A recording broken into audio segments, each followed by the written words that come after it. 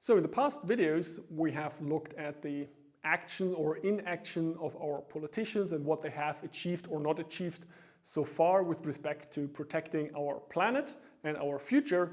So you might have been unsatisfied with what has happened so far. So now we're looking at ways of becoming active yourself. So activism in general. So this is not going to be an in-depth lecture on all the different types of activism. We're also not going to be able to cover all different groups and entities with all their goals in detail. This is just supposed to give you a little bit of an overview. And starting with that figure right next to me, we're going to differentiate between passive and active protest actions. So the passive ones, maybe something like distributing flyers or petitions, while the active ones going more in the direction of demonstrations, strikes, boycotts, occupation, lockdowns, or some kind of disruptive actions, so where you really do something. And even though we're now starting with one of the most famous entities in this realm of climate change and environmental protection protest, we just would like to say that those are by no means the first ones. They have been very active environmental groups in Germany, but also in Europe or even the US many years before, so 60s, 70s and 80s, some of them being radical and even asking for violence like the First Earth Nations, others being very passive and saying no violence at all. All of the groups that we're talking about today are using or are very non-violent. Fridays for Future, most famously been started by Greta Thunberg a while back. She started on her own. Instead of going to schools on Fridays, she started to go on strike, not attending school and sitting down and asking for her government to take actions against climate change and environmental pollution. Over time, more and more people joined and it became a global mass movement, quite popular in Germany, but also around the globe, and essentially being more or less the prototype of the new environmental, ecological protests groups in recent years, especially becoming quite successful. Closely related and somehow being a descendant of Fridays for Future, Extinction Rebellion came into place, while Fridays for Future said, okay, we're not going to school and instead going on strike and demonstrating. Extinction Rebellion going a little bit more into the radical direction, say, okay, we are willing to break laws by sitting down on a street and blocking a street. And then even if the police tells us to leave, we're not leaving. And essentially, yeah, one step closer or getting a little bit closer to demonstration against by breaking laws. What made them also quite popular is that they combined their protests often with very creative or artistic approaches. So that it's not just we're sitting down here, there was a lot of music, a lot of art involved, very artistic ways of phrasing or illustrating how climate collapse is imminent. So this is why there was also quite a lot of coverage for them in the news, because it was something different. So first of all, they were fine with going to jail, and then second of all, they illustrated all of this very nicely. And there have been protests all over the world in different countries, very famous system. All of those, like Fridays for Future and Extinction Rebellion, still being active, so they could be groups or entities that you could think about joining if you would like to become active. The problem is with all those groups, we're going to talk about a few more in a second, that they are often depicted as dangerous radicals that are either super annoying if you block the roads and then you're suddenly stuck in a traffic jam, or they interrupt your favorite event or anything, or they're just giving you a bad conscience because you know they might be right, but you don't want to do anything yourself, so now you feel bad about them. And so that makes them very unlikable and probably among the least popular people on those planets. But this radical depiction as dangerous idiots is something that can also be very misleading, as illustrated by this quote here. Climate activists are sometimes depicted as dangerous radicals, but the truly dangerous radicals are the countries that are increasing the production of fossil fuels. And this is not a statement from any of those groups. This is this direct citation from this United Nations Secretary General Antonio Guterres. So even the person of the 193 United Nations members says, what we're doing is batshit crazy, we should do something. So not the climate activists who are trying to save your futures are the idiots, but rather the countries who are still increasing the production of fossil fuels.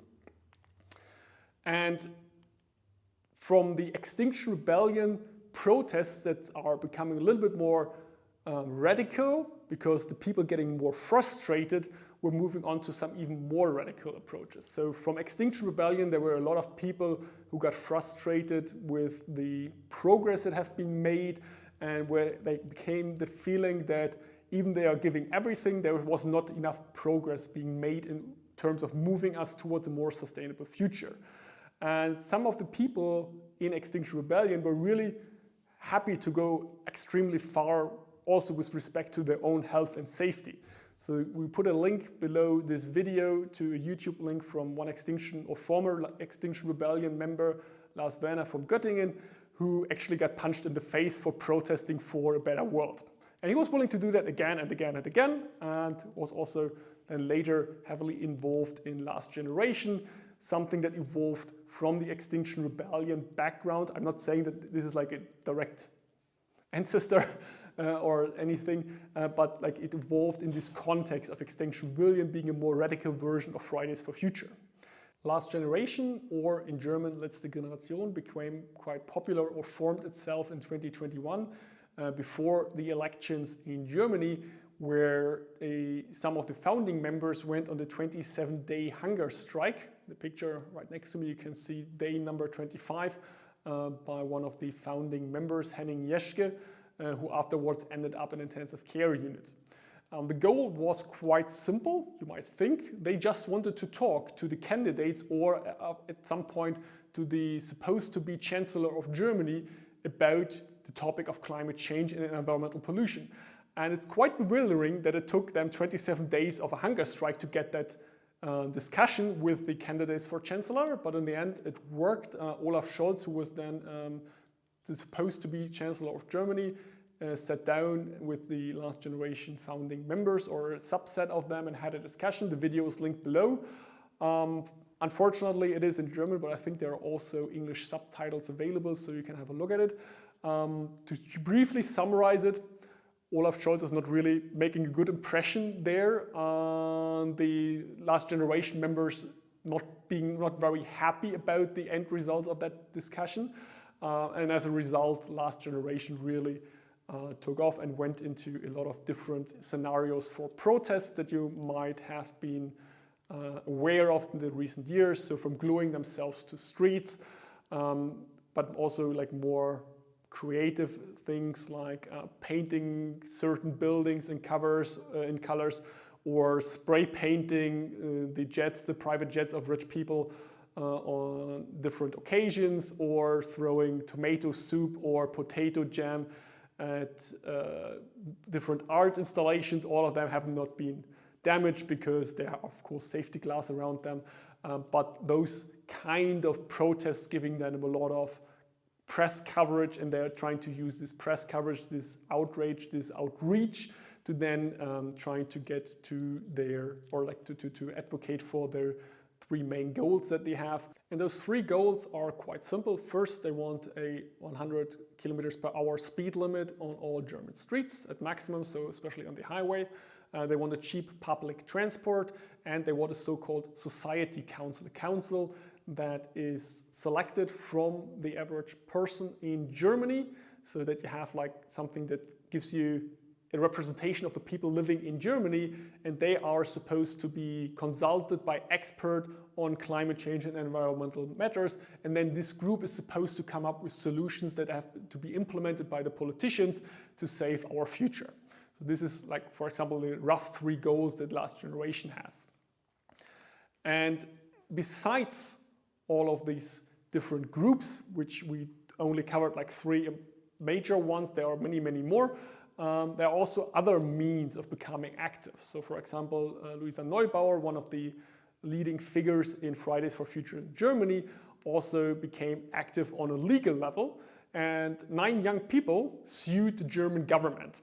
because they argue that the goals and measures of the Federal Climate Protection Act in Germany are not sufficient to effectively protect their fundamental rights from the consequences of the climate crisis, as well as to fulfill the government's obligation under the Paris Agreement. Also remember that we earlier talked about the fact that you have a right for a future, that this is in our federal law. And they said, okay, look, you're not doing this, you have this obligation, but you're not doing enough. So they sued the German state and they won.